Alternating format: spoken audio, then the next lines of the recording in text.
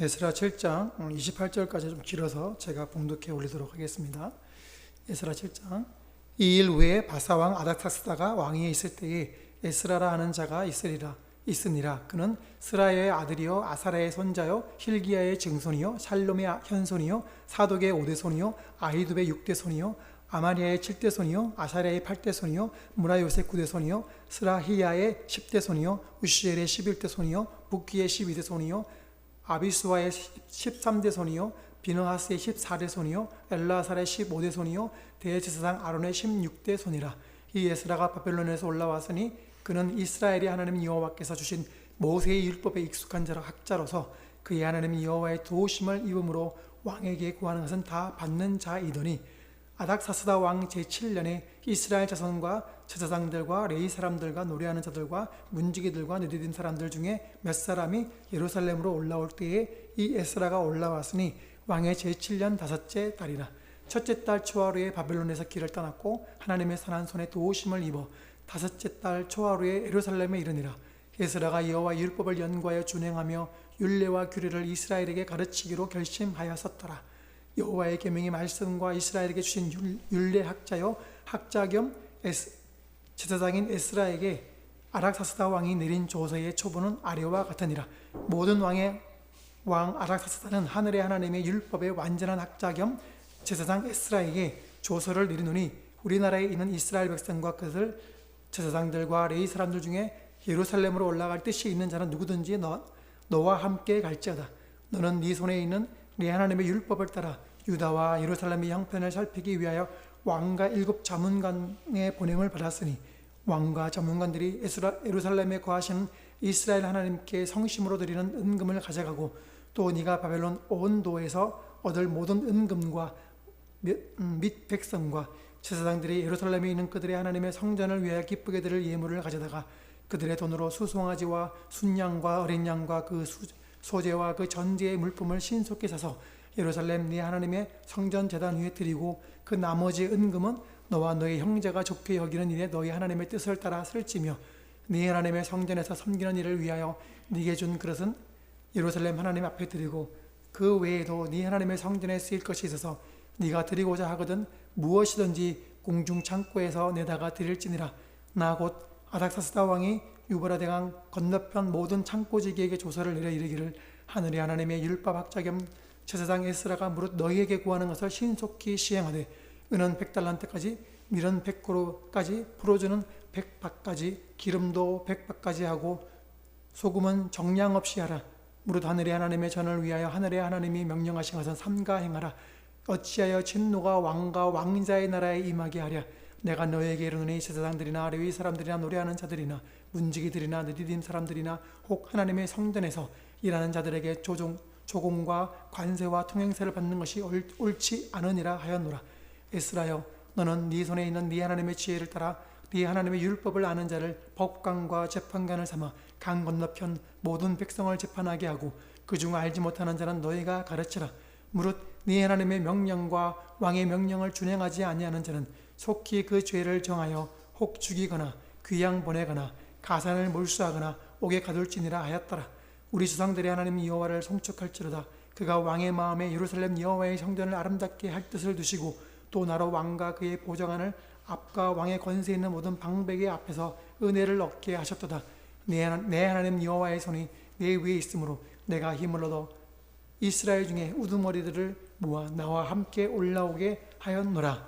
아멘. 오늘 말씀의 제목은 아름다운 성전을 위하여. 아름다운 성전을 위하여. 이탈리아계 유대인인 루비노 로미오 살모니라고 하는 사람이 1940년대 초 제2차 세계대전 중에 자기 형제들하고 아우슈비츠 수용소로 잡혀가게 됩니다. 그리고 거기서 수용소에서 두 형제는 죽고 자기만 이제 살모니 이분만 살아남았어요. 근데 이 살모니 씨가 살아난 경험을 이제 책으로 씁니다. 그때 나이가 그 수용소에서 이제 살아나올 때 나이가 24살이었는데 살모니시의 수험 번호가 그 수형 번호가 A15810이었답니다. 그래서 그 아우슈비츠의 경험과 자기 두 형제가 나치에 의해서 죽는 그 이야기를 결코 나는 히틀러에게 이겼다라는 회고록을 출판을 합니다. 그러니까 히틀러가 유대인들을 죽이려고 그렇게 발악을 했지만 나는 살아남아서 히틀러를 이겼다, 뭐 그런 내용이, 그런 의미겠죠. 그러니까 이 실화를 써놓은 책을 보고 감명을 받은 사람이 있었어요. 이 사람이 누구냐면, 이 사람도 이탈리아 사람인데 배우 겸 영화 감독 로베르토 베니니, 이 사람이 98년도에 이 실화를 바탕으로 영화 대본을 써서, 예? 예, 예. 맞아요. 잘 아시네요. 인생은 아름다워.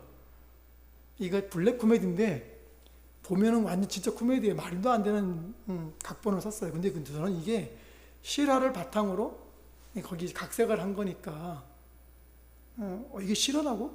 근데 이제 거기에 이제 각색을 한 거니까 좀 이해를 하겠지만 말이 안 되는 내용으로 가요. 왜 그러냐면 이 영화 주인공이 영화에 나오는 그 주인공 이름이 귀도였는데, 이 귀도가 나중 그 감독 겸 배우예요. 이 그 베니니가 이 귀도로 주인공을 역할을 해서 나오는데, 나중에 이 영화가요 칸 영화제에서 심사위원 대상을 받았고 71회 아카데미 영화제에서 그 나무 주연상을 받게 됐어요.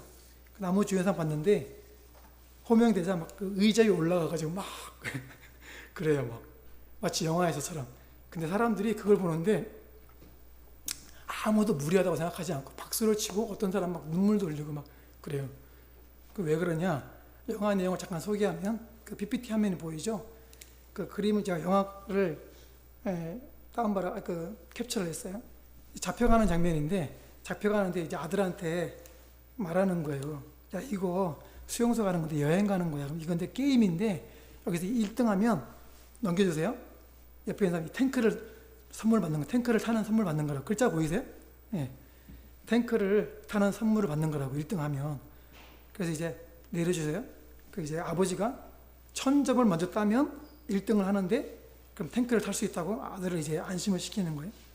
근데 이제 그렇게 수용소 생활을 막 하다가 1년 동안 이렇게 오랫동안 있다가 이제 수용소, 이제 독일이 패전하는 때가 왔어요. 그래서 이제 독일이 그 도망가면서 수용소에 있는 사람들을 다 죽이는 거예요.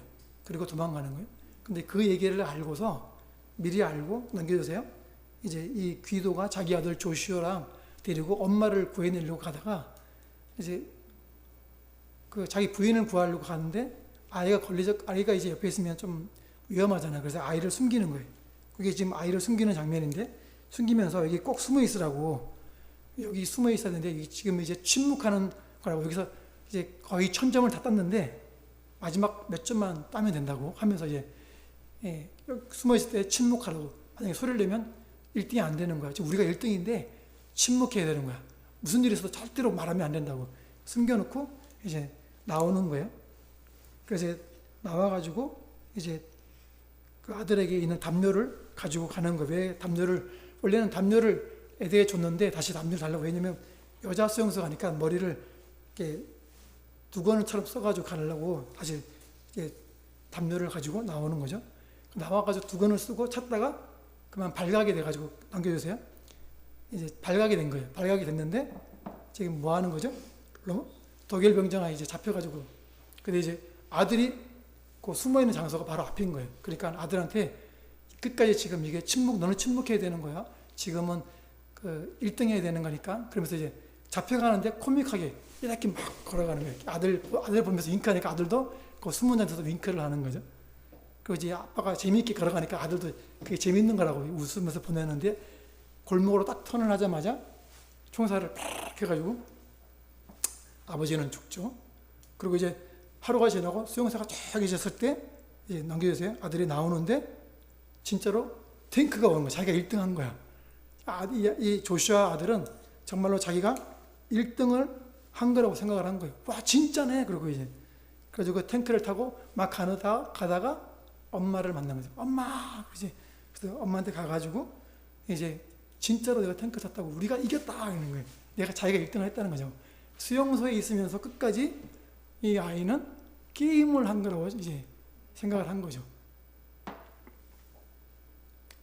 그러니까 끔찍한 그 수용소 생활인데 아버지 한 사람의 희생으로 말미암아 이 아들에게는 말로 다 할 수 없는 추억이 되어버린 거죠. 그래서 그 세계 각 영화제 40개 영화제에서 그 상을 탄 거예요. 여러분 같으면 이런 인생을 살아가면 이게 아름다운 인생이라고 말할 수 있습니까?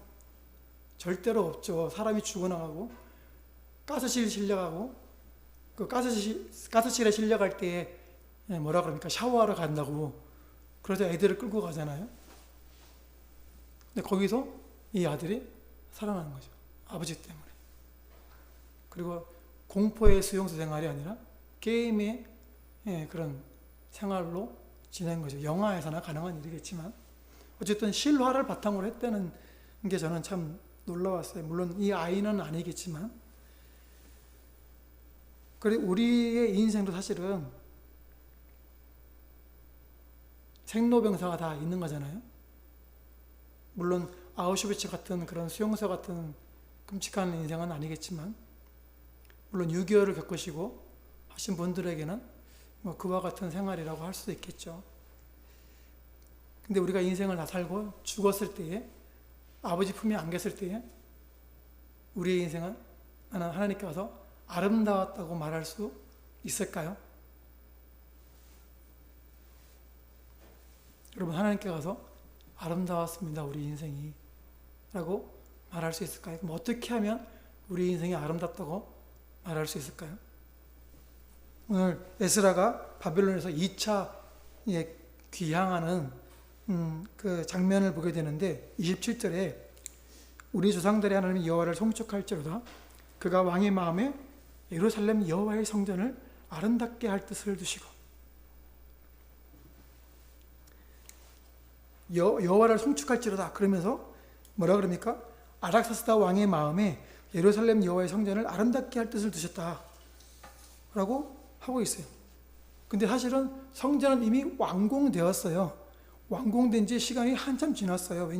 왜냐면 지금 7장 7절에 아닥사스당 왕 제7년에 이스라엘 자손과 제사장들과 레위 사람들과 노래하는 자들과 문지기들과 느디딤 사람들 중에 몇 사람이 예루살렘으로 돌아올 때 그러니까 아닥사스다 왕의 7년째 되던 해에 2차 귀환이 이루어지는데 아닥사스다 왕은 다리오 왕 다음 이제 한참 지난 뒤에 왕이거든요.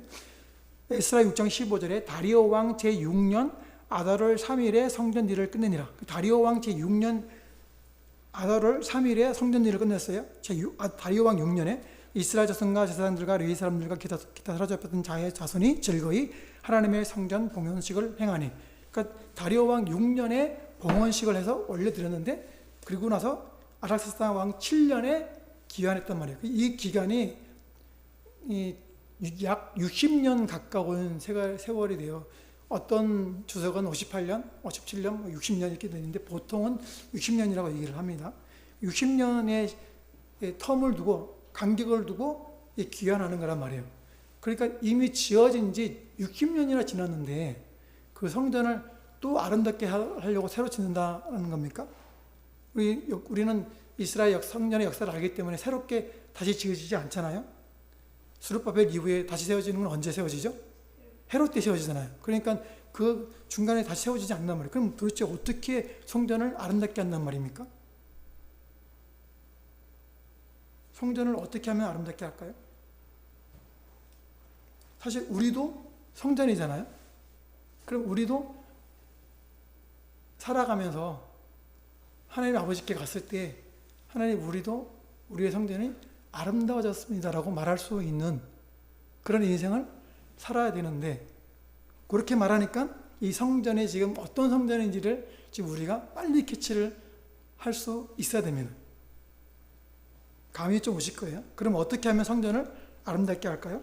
첫 번째로 공동체를 세우는 게 성전을 아름답게 하는 겁니다. 에스라 7장 10절에 에스라가 여호와의 율법을 연구하여 준행하며 율례와 규례를 이스라엘에게 가르치기로 결심하였더라. 공동체를 세우는 게 왜 성전을 아름답게 할까요? 1차 귀환한 유대인들은요, 성전을 세우고 유월절을 드리고 예배 의식을 회복했어요. 그런데 60년이 지났으니까 1차 귀환한 사람들은 거의 다 죽었을 가능성이 많죠. 그죠? 왜냐하면 귀환할 때에 걸어서 포로들이 왔기 때문에 그래도 좀 다 큰 사람들이 오지 않았겠어요? 물론 아기를 얻고 올 수도 있겠지만 그런 사람들은 너무 멀어서 못 갈 것 같은데 라고 남아있을 가능성이 더 크고, 그러니까 이동할 수 있는 가족들끼리 아마 오지 않았을까 하는 생각을 해보게 되면 60년이라는 시간은 1차 귀환한 사람들은 거의 다 죽었던 시간일 거라는 추측이 가능하죠. 그리고 1차 귀환한 후손들이 지금 살아가고 있는 시대라고 예측이 가능하죠. 그러니까 1차 귀환한 사람들은 정말 하나님께 예배하고 싶은 그 열정이 가득했던 사람들이지만 1차 귀환한 그 자손들은 그런 마음이 좀 덜하지 않겠어요? 그래서 그들 자손들이 살아갈 때 어떤 일이 벌어지느냐?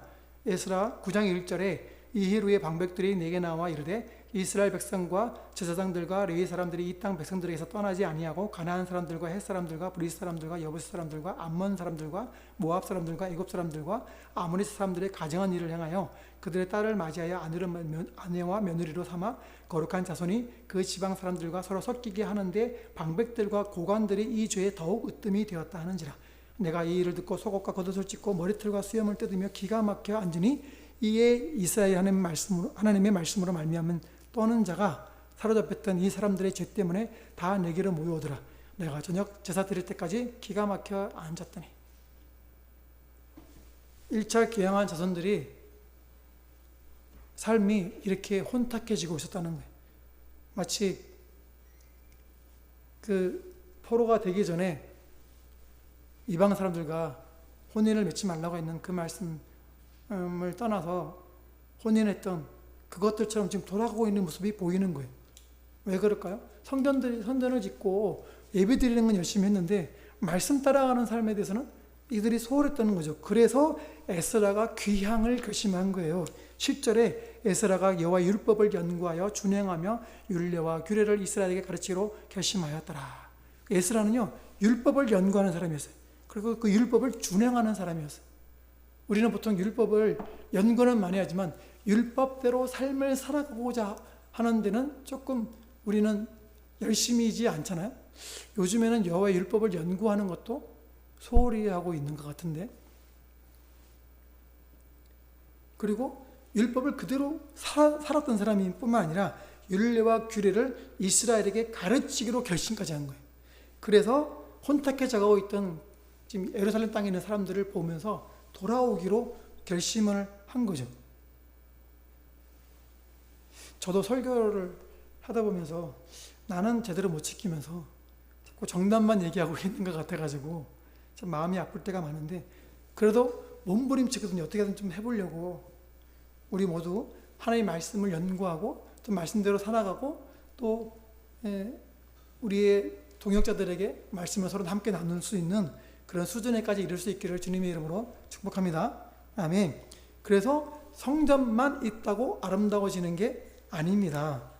에스라 3장 12절에 제사장들과 레위 사람들과 나이 많은 족장들은 첫 성전을 보았으므로 이제 이 성전의 기초가 놓임을 보고 대성통곡하였으나 여러 사람은 기쁨으로 크게 함성을 지르니.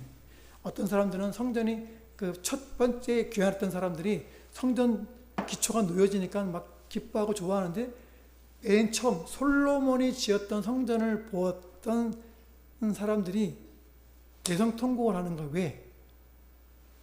너무 초라하니까, 비교가 되니까 대성통곡을 한 거예요.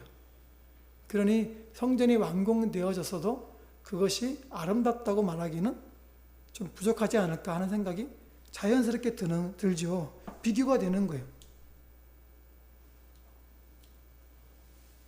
그러니 지금 에스라가 돌아와가지고 2차 기한 때 완공된 지, 스룹바벨 성전이 완공된 지 60년 만에 돌아왔는데 그 성전이 봐가지고 얼마나 아름답겠습니까? 그런데 그 성전을 아름답게 하겠다? 어떻게 아름답게 할 수 있느냐 이런 거죠.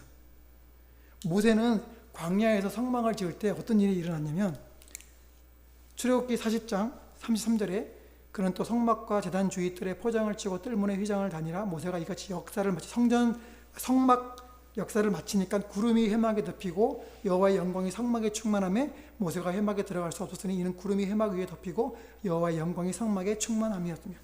성막을 딱 지었으니까 구름이 임하고 여호와의 영광이 가득했대요. 언제요? 여호와의 법궤가 있는 성막을 완공하니까. 근데 이런 현상이 언제 또 일어나죠? 솔로몬이 성전을 지을 때. 열왕기상 8장 9절에 그 궤 안에는 두 돌판 위에 아무것도 없으니 이것은 이스라엘 자손이 애굽 땅에서 나온 후 여호와께서 저희와 언약을 맺으실 때에 모세가 호렙에서 그 안에 넣은 것이더라. 제사장이 성소에서 나올 때에 구름이 여호와의 성전에 가득하며 제사장이 그 구름으로 말미암아 능히 서서 섬기지 못하였으니 이는 여호와의 영광이 여호와의 성전에 가득함이었더라. 그때에 솔로몬이 이르되 여호와께서 깜깜한 데 계시겠다 말씀하셨사오나 내가 참으로 주를 위하여 계실 성전을 건축하였사오니 주께서 영원히 계실 처소로소이다 하고, 여호와의 구름이 임하고 영광이 가득하니까 솔로몬이 영원히 여호와께서 거하실 처소라고 그렇게 찬양하잖아요. 모세가 광야에서 지은 성막과 솔로몬이 처음에 지었던 솔로몬 성전에 구름이 임하고 여호와의 영광이 가득했어요. 다리오 때에 성전이 완공되었을 때에, 재건되었을 때에 구름이 임하고 여호와의 영광이 가득했습니까? 아니죠. 그런 일이 없었어요. 우리 여기에 주목을 해야 됩니다. 왜 그랬을까? 왜 그랬을까? 이거 성전이 성전으로서의 기능을 제대로 하고 있나? 라는 생각을 가지게 되는 거죠. 그러나 거기서 정결이하고 유월절을 드리고 했기 때문에 성전의 기능은 분명히 하고 있을 텐데, 그러면 이게 뭘 말하는 거지? 라는 생각을 해보게 되는 거죠. 성전 중심의 이스라엘 백성들의 생활이 이제는 수르바벨 성전에 여호와의 영광이 임하지 않으므로 이것이 어디로 옮겨가고 있다는 것을 우리에게 암시하고 있는 것이죠. 그래서 에스라가 귀향에서 한 일이 뭐라고 말했습니까? 7장 10절에 에스라가 여호와의 율법을 연구하여 준행하며 율례와 규례를 이스라엘에 가르치기로 결심하였더라. 여호와의 율법을 가르치기로 결심한 거예요. 그러니까 성전 중심의 생활에서 이제는 뭐래요? 말씀 중심의 생활로 옮겨가고 있다는 것을 지금 에스라를 통해서 드러내고 있는 거예요. 그 성전에 여호와의 구름과 여호와의 영광이 임재하지 않았잖아요. 그러니까 성전이 아름답게 되려면 말씀대로 살아가는 여호와의 백성의 공동체가 회복되어야 되는 거예요. 지금 1차 귀환한 사람들의 자손들은 거기 이방 여인들과 결혼하고 며느리 삼고 하면서 혼탁해지고 있단 말이에요. 성전은 지어놓고 예배는 형식적으로 드려지고 있는데 삶이 따라가지 않는 거죠. 세상은 권력에 의해서 그 암투장이잖아요. 서로 권력을 지려고 막 그렇게 생 난리를 벌인단 말이에요.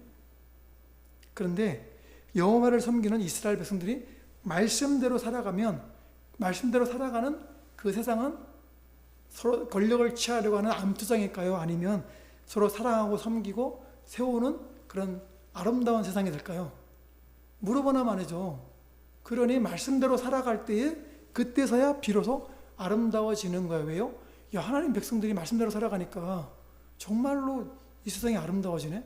라고 할 텐데, 만약 그게 아니고 성전에서 예배는 열심히 드리는데 나와가지고는 막 하나님 말씀이 아닌 이방인과 결혼하고 우상을 섬기고 자기 마음대로 하고 욕심을 따라가고 서로 죽이고 이건 내 거네 저건 내 거네 그러면서 싸우면 사람들이 보기에 쟤는 말만 행동 가가지고 예배만 드리지 말이야. 저게 무슨 믿는 사람이야. 성전을 대고 손가락질 받게 되는 현상이 벌어지지 않겠어요? 오늘날 교회를 향해서 사람들이 뭐라 그럽니까? 적폐라는 프레임을 씌워놓고 욕을 하고 있잖아요. 왜 그래요? 그들이 적폐라는 프레임을 씌우기 이전에 이미 우리의 생활이 망가졌다는 거거든요. 망가졌으니까 그런 프레임을 씌우기에 딱 좋은 안성맞춤이 되어버린 거예요. 그러니까 손가락 받는 거죠. 그 아름다운 게 아닌 거예요. 성전이 아름다워지려면요, 말씀대로 살아야 돼. 그래야 우리를 보고서 야, 하나님 살아계시는구나, 성전을 보고 아름답다고 말할 수 있지 않겠습니까? 나도 그런 데 가서 하나님을 섬겨야 되겠다. 왜요? 아름다운 삶을 살고 싶으니까. 그래서 사람들이요, 다른 사람들은 막 악을 행해도 손가락질 안 하는데 그리스도인이 악을 행하면 손가락질해요. 당신들만큼은 그렇게 하면 안 되는 거 아니라고 이렇게 기대하는 기대치가 있기 때문에 그러는 거예요. 근데 우리는 그 기대치를 충족시키지 못하고 있는 거죠. 그래서 에스라가 아닥사스다에게 요청하는 거예요. 7장 6절에 이 에스라가 바벨론에서 올라왔으니 그는 이스라엘 하나님 여호와께서 주신 모세의 율법에 익숙한 학자로서 그의 하나님 여호와의 도우심을 입음으로 왕에게 구하는 것은 다 뭐 한다고요? 받는 자이더니. 여러분, 내가 대통령한테 가가지고 뭐라 그러면 다 준다 그러면 저는 엄청난 힘을 가진 사람일 거예요. 그죠? 그럼 나한테 뭔가 좀 이렇게 막 아부하고 그런 사람들이 생기고, 그러면 그 사이에서 나도 알게 모르게 이득을 취하고 하는 일이 생길 거란 말이죠.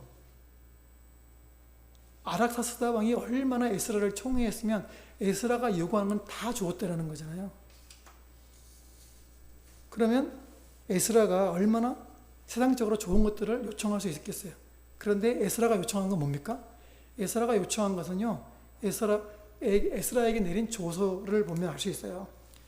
11절에 여호와의 계명의 말씀과 이스라엘에게 주신 율례 학자요 학자 겸 제사장인 에스라에게 아닥사스다 왕이 내린 조서의 처분은 아래와 같으니라. 조서를요, 에스라에게 내린 거예요. 12절에 모든 왕이 아닥사스다는 하늘의 하나님의 율법의 완전한 학자 겸 제사장 에스라에게 조서를 내리노니 우리나라에 있는 이스라엘 백성과 그들 제사장들과 레위 사람들 중에 예루살렘으로 올라갈 뜻이 있는 자는 누구든지 너와 함께 갈지어다. 조서를 내리면서 예루살렘으로 올라갈 뜻이 있는 자는 에스라와 함께 가라 라고 명령을 하고 있는 거예요. 아닥사스다 왕이 밑도 끝도 없이 가라고 보낸 게 아니에요. 이거는 조서를 내린 이유가 에스라가 저 예루살렘으로 가고 싶습니다라고 요청을 하니까 아닥사스다 왕이 그래? 안 가면 안 돼? 너 내 옆에 좀 있으면 좋겠는데? 너는 정말 학자잖아. 하나님의 율법을 잘 아는 학자잖아. 내 옆에 있어가지고 좀 지혜를 빌려주면 안 돼? 이렇게 말렸겠지만 에스라는 계속 요구를 한 거고, 그래서 할 수 없이 아닥사스다 왕이 그걸 허락한 거예요. 그래서 이 에스라가 모든 아닥사스다 왕을 통해서 모든 것들을 누릴 수 있음에도 불구하고 그것을 다 포기하고 예루살렘으로 가는 것을 선택했다라는 거죠. 그래서 14절에 너는 네 손에 있는 네 하나님의 율법을 따라 유다와 예루살렘의 형편을 살피기 위하여 왕과 7 자문관의 보냄을 받았으니. 그러니까 에스라가 가는 이유가 뭐냐면 하나님의 율법을 따라 유다와 예루살렘의 형편을 살피라는 거죠.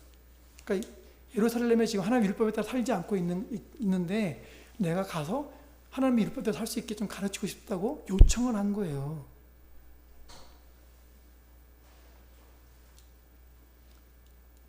그런데 왕에게만 보낸 게 아니고 왕과 7 자문관의 보냄을 받았다 그랬어요. 그 7 자문관은 뭐냐? 페르시아가 워낙 넓기 때문에 그 7 자문관, 왕과 거의 같은 권력을 가지고 있는 그런 자문관이 있었어요. 근데 이 7 자문관은요, 워낙 권력이 강해서 특권을 많이 누렸어요. 근데 그 중에 특권이 중에 하나가 뭐냐면 이런 거였습니다. 에스더 4장 11절에 왕의 신하들과 왕의 각 지방 백성이 다 알거니와 남녀를 막론하고 부름을 받지 아니하고 안뜰에 들어가서 왕에게 나가면 오직 죽이는 법이요. 그러니까 왕이 명령도 안, 부름도 안 부르지도 않았는데 나아가면요, 그건 죽는 거예요. 살아날 수 있는 방법이 있긴 있어요. 왕이 그 자에게 금규를 내밀어 살 것이라.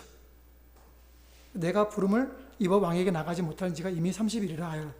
그러니까 에스더가 자기 동족 유대인들이 죽음의 위기에 처하니까 자기가 죽으면 죽으리다 하고 나가는 거예요. 왕이 부르지도 않았는데, 아하스웨로 왕이 자기 부르지도 않았는데 나가서 그걸 요청을 하려고 나가겠다는 거예요. 그런데 죽게 되는 걸 알면서 나가겠다는 거죠. 여기 보면 금규를 내밀면 산다라고 그러잖아요. 근데 금규를 안 내밀어도 살 수 있는 사람이 누구였냐면 바로 일곱 자문관이었어요. 그런 특권을 가지고 있어요. 이 일곱 자문관은요. 그러니까 에스라가 예루살렘에 돌아올 때 얼마나 큰 그 특권을 받고 오는지를 알 수가 있는 거죠.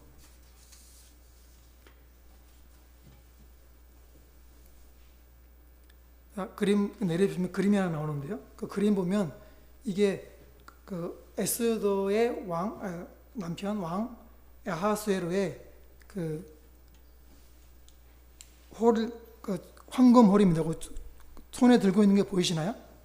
예, 그게 새겨져 있는 건데 그게 아하스웨로의 그 홀인데 이게 뭐냐면 귤은 그 통치권자의 권력 그리고 세력 뭐 이런 것들을 상징하는 거예요. 그거를 내면 살 수 있는 거죠. 근데 일곱 자문가는 이걸 안 내밀어도 할 수 있는, 자기 원하면 언제든지 나아갈 수 있는. 그러니까 왕의 침실만 제외하고는 왕의 명령 없이도 갈 수 있는 사람들인데 그 사람들까지도 같이 동조해서 에스라를 보내고 있는 거예요. 그러니까 에스라가 얼마나 큰 힘을 가지고 있는 사람인지를 알 수가 있는 거죠. 그럼에도 불구하고 그 모든 것을 포기하고 예루살렘으로 오는 거예요. 왜요? 혼탁 깨진 이스라엘 백성들에게 하나님의 말씀을 가르쳐서 말씀대로 살게 하는 것을 가르치려고.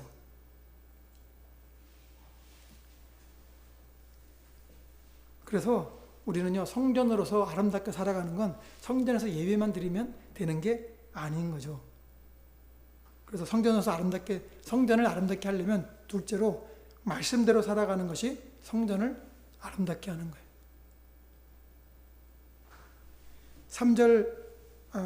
5절 말씀에 아비수아의 13대손이요, 비느하스의 14대손이요, 엘라살의 15대손이요, 대제사장 아론의 16대손이라. 누가요? 에스라가 이런 사람이었다는 거예요. 그리고 아까 읽었던 말씀 6절 말씀처럼 왕에게 구하는 것은 다 얻는 그런 권력을 갖고 있는 사람이었음에도 불구하고 다 내려놓고 돌아가는 거예요. 올라가는 거예요. 다 포기하고. 그런데 왕과 일곱 자문관들도 함께 동조해서 그를 보내주는 거예요. 보내주면서 필요한 모든 재정들을 다 채워주고, 그리고 유브라데 강 건너편에 있는 모든 창고 지기들에게도 조서를 내려가지고 에스라가 요구하는 것은 신속하게 시행해라고 명령까지 내리는 거죠. 그리고 무엇보다 중요한 명령을 내립니다. 7장 25절에 에스라여, 너는 네 손에 있는 네 하나님의 지혜를 따라 네 하나님의 율법을 아는 자를 법관과 재판관을 삼아 강 건너편 모든 백성을 재판하게 하고 그중 알지 못하는 자는 너희가 가르치라. 무릇 네 하나님의 명령과 왕의 명령을 준행하지 아니하는 자는 속히 그 죄를 정하여 혹 죽이거나 귀양 보내거나 가산을 몰수하거나 옥에 가둘지니라 하였더라. 여러분, 자기가 다스리는 땅에 자기가 세워놓은 법이 아닌 다른 법으로 그 나라를, 그 지역을 다스리겠다 하는 걸 허용할 수 있습니까? 허용할 수 없죠.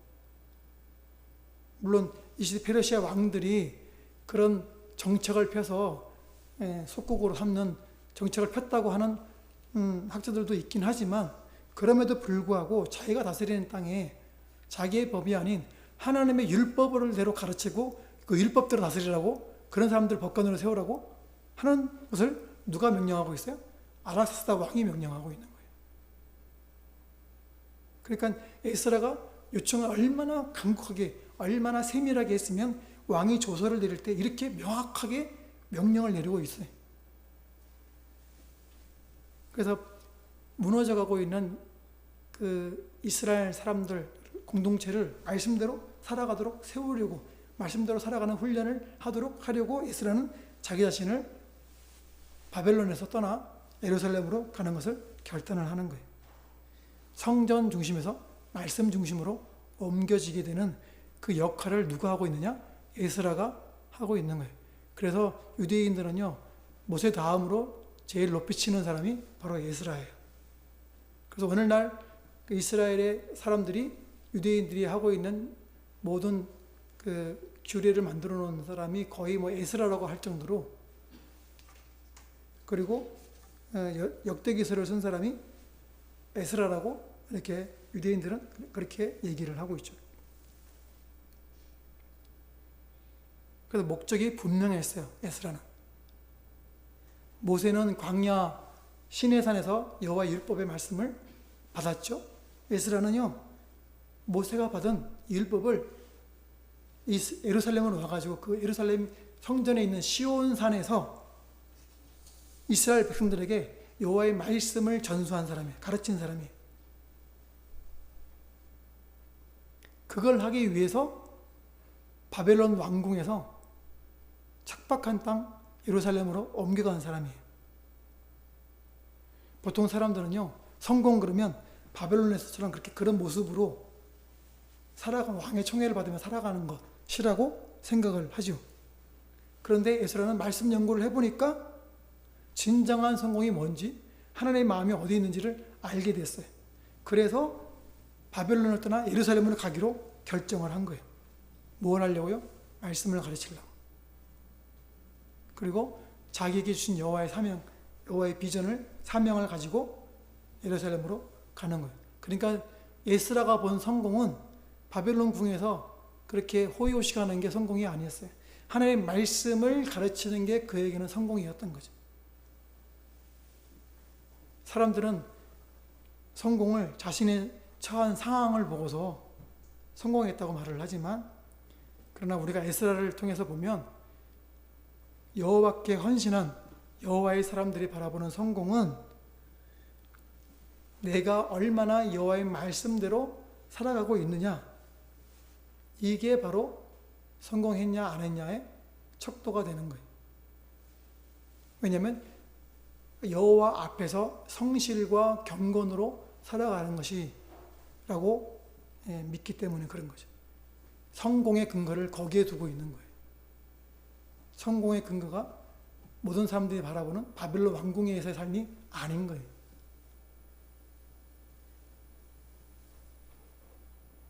사람이 육체를 입고 있기 때문에 어쩔 수 없이 육신의 그 안목의 정욕을 따라서 흔들릴 수는 있어요.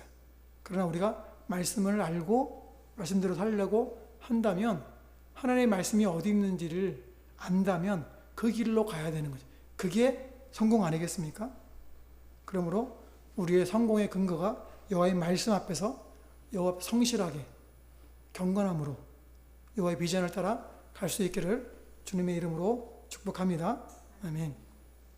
그래서 성전으로서 아름다워진 사람은요, 한 가지 일어나는 반응이 있습니다. 세 번째로 여호와를 송축하게 되는 거예요. 그 사람이 아름다운 성전인 거예요. 27절에 우리 조상들의 하나님 여호와를 송축할지로다. 그가 왕의 마음에 예루살렘 여호와의 성전을 아름답게 할 뜻을 두시고 또 나로 왕과 그의 보좌관들 앞과 왕의 권세에 있는 모든 방백의 앞에서 은혜를 얻게 하셨도다. 내 하나님 여호와의 손이 내 위에 있으므로 내가 힘을 얻어 이스라엘 중의 우두머리들을 모아 나와 함께 올라오게 하였노라. 자기가 예루살렘으로 올라올 때에 왕과 그의 보좌관들, 권세에 있는 모든 방백 앞에서 은혜를 얻어가지고 돌아오게 됐다는 거예요. 하나님이 그들을 움직이셔가지고 나를 돌아오도록 하셨다는 거예요. 그리고 에스라도 자기가 이런 특권들을 가지고 있음에도 불구하고 다 내려놓고 예루살렘으로 귀향했어요. 왜요? 여호와의 성전을 아름답게 하려고. 어떻게 해요? 말씀을 연구하고 말씀을 준행하고 말씀을 가르치려고. 그래서 자기가 돌아와가지고 말씀대로 가르치는 그 일을 할 때에 모든 재정들을 다 원조받고 후원받고, 그리고 왕과 그 보좌관들과 방백들의 그 서포트를, 지지를 받으면서 돌아왔잖아요. 그리고 돌아오는 길이 그 1500km 가까이 되는 4달이나 걸려서 왔던 그 길, 거기에 오면서도 죽음을 당하지 않고 무사히 도착해서 여호와 율법을 가르치는 그 일을 할 수 있게 하신 하나님을 찬양하고 있는 거잖아요. 어려운 척박한 땅으로 왔는데 그리고 아무것도 없는 이스라엘 백성들은 막 무너져가고 있는 그 상황 속에서 막 열심히 말씀을 가르치고 있는, 말씀을 가르치게 하신 그 하나님을 찬양하고 있는 거예요.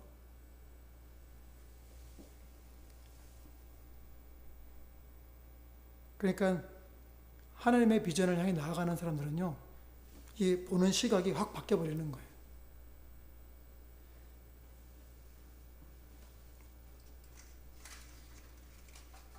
그래서 그때 우리는 하나님을 찬양하게 되는 거예요. 에스라는 하나님이 주신 목적을 위해서 기양했잖아요. 10절 말씀에 율법을 연구하고 준행하고 윤리와 규례를 가르치기로 결심한 것, 이것 때문에 온 거잖아요. 그것이 자신에게 성공의 길이라고 믿었기 때문입니다. 그리고 우리도 이 목적으로 움직여야 됩니다. 사실 목회의 기본도 여기에 있어요. 다른 데가 있지 않아요. 근데 우리는 이 기본을 놓쳐버리고 자꾸만 성공 목회로 쏠려가고 있는 것을 우리가 보게 되지 않습니까?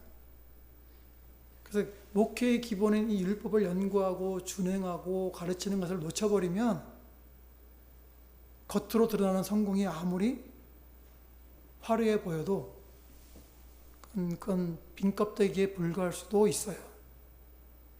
성전의 아름다움을 놓칠 수 있어요. 아무리 크고 아름다운 예배당을 지어놓고도 말씀대로 살지 않으면 적폐라고 손가락질 받는 거예요. 그러면 그 성전은 아름다운 게 아니죠. 우리가 성전이잖아요. 그래서 우리가 살아가는 이 자리가 말씀대로 살아가면 에스라처럼 황폐한 고난의 예루살렘으로 올 수밖에 없는 그런 상황이라 할지라도 그 자리에서 말씀대로 살아가면서 하나님의 성전을 이루어가면, 말씀을 준행하면 그 자리가 바로 아름다운 자리가 되지 않겠습니까? 말씀으로 세워지는 개혁을 일으키기 위하여 에스라가 온 것처럼 우리도 우리가 있는 이 자리에서 공예배에 출석했다고 만족할 것이 아니라 하나님 말씀대로 살아가고 말씀으로 세워지는 공동체를 세워서 정말로 하나님이 원하시는, 하나님이 우리를 이렇게 인도하셨다라고 찬양하면서 그렇게 나아갈 수 있기를 주님의 이름으로 축복합니다. 우리는 지금 말씀으로 세워지는 아름다운 성전입니까?